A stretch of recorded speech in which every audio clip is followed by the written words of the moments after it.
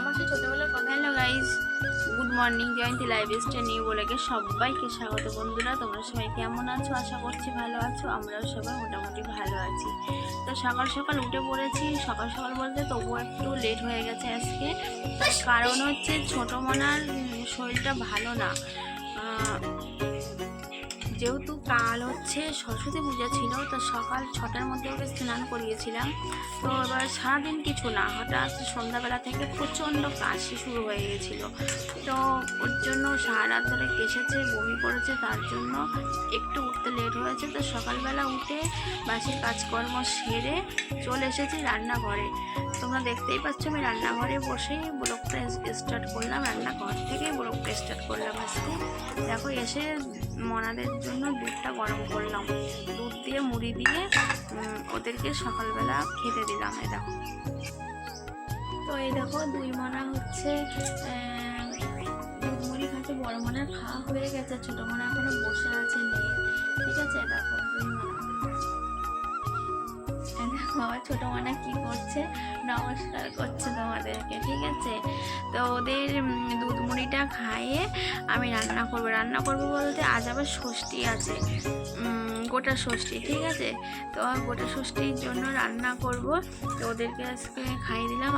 মানে অন্যবার কী করি আমি, আগের দিন রান্না করে রাখি, পরের দিন খাই। তো এবার আমি আর আগের দিন রান্নাটা করে রাখিনি। এবার আজকে আমি মানে রান্নাটা করে ঠান্ডা করে তারপরে খাবো। ঠিক আছে, তো কাকিমার কাছে জিজ্ঞাসা করেছিলাম, কাকিমা বললো হ্যাঁ করা যাবে। মানে যেহেতু আগের দিন রান্না করে রাখতাম, পরের দিন খেতাম। এবার তোর ওর তো অন্যরকমভাবে করছি বলতে সেই আগের দিন করিনি, পরের দিন কি আর করছি, তো সেটা করা যাবে কিনা। তা কাকিমা বললো হ্যাঁ করা যাবে। তো তার জন্য ঠিক আছে, তো আজকে সব কিছু ছটা দিয়ে 6 রকম তরকারি মানে ডাল দিয়ে সব কিছু দিয়ে তরকারি করব। আর হচ্ছে যা যা করবো আজকে সব কিছু তোমাদের সাথে শেয়ার করব বন্ধুরা।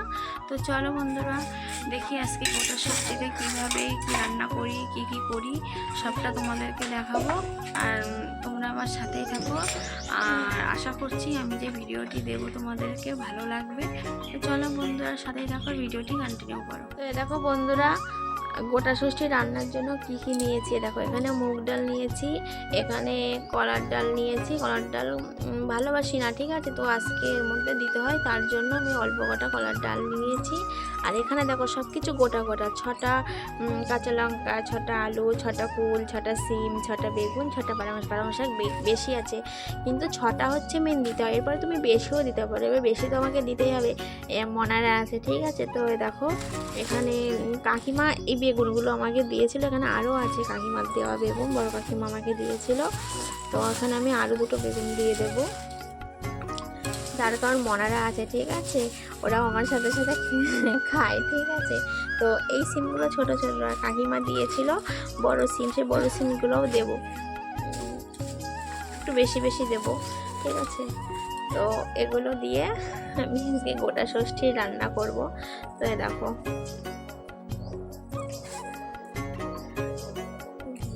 তো চলো এখন একটু সব কিছু এগুলো ভালো করে ধুয়ে নিয়ে আসি। আর ডালটা আমি ভেজে সেগুলো বসিয়ে দেবো প্রেসারে। এ দেখো ফ্রেন্ডস, এদিকে ভাত বসিয়ে দিয়েছি, আর এদিকে ডাল, 2 রকম ডাল একসাথে দিয়ে দিয়েছি।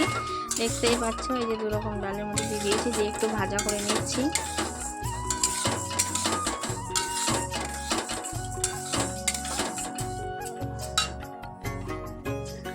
তো দেখো ডাল ভাজা আমার কমপ্লিট হয়ে গেছে, ডাল ভাজা হয়ে গেছে। এবার আমি এটা প্রেসারে লাগিয়ে আমি এটা প্রেসারে সিদ্ধ করতে বসিয়ে দেবো।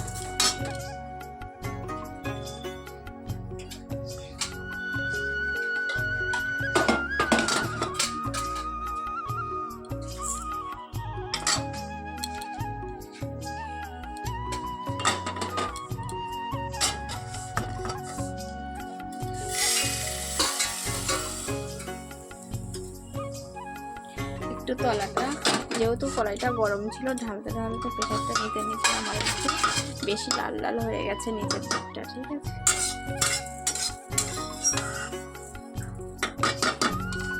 আমি প্রেসারের মধ্যে দিয়ে দিয়েছিলাম।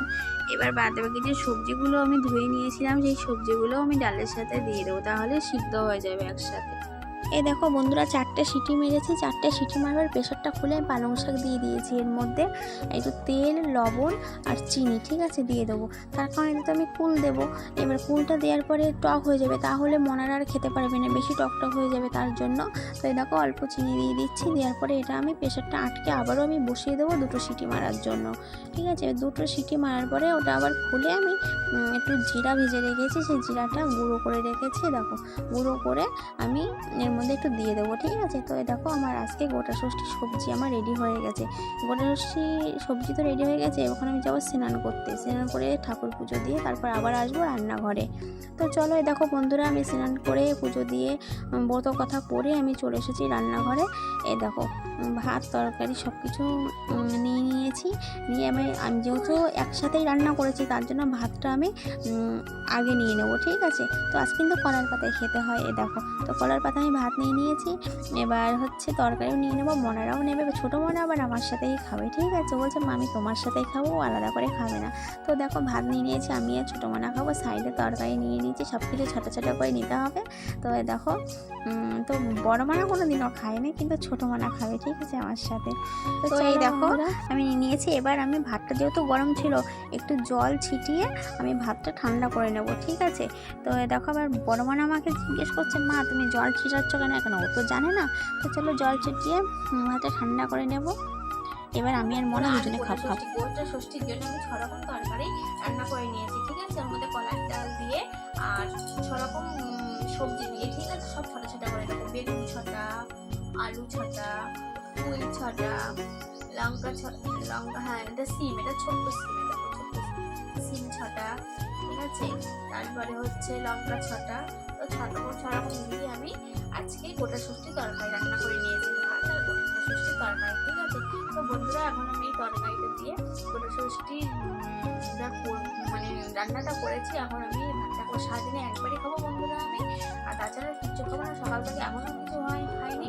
তো সকালবেলা উঠে আমি রান্নাবান্না সেরে গোটা ষষ্ঠী রান্নাবান্না সেরে আমি পুজো করে ব্রত কথা পড়ে, ব্রত কথা যে বই আছে সেই বইটা পড়ে আমি এখন মানে ভাত খেতে বসে গেছি বন্ধুরা।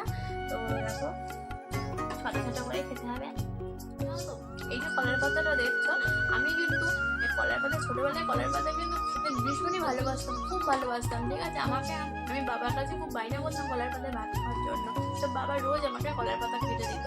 তো আজ আমার সেই ছোটোবেলার কথা মনে পড়ে যাচ্ছে। কিন্তু ষষ্ঠী গোটা ষষ্ঠী কিন্তু থালায় ভাত খেতে নেই, কলার পাতাতেই খেতে হয়। তো আমার না কলার পাতায় ভাত খেতে খুব ভালো লাগে গাইস।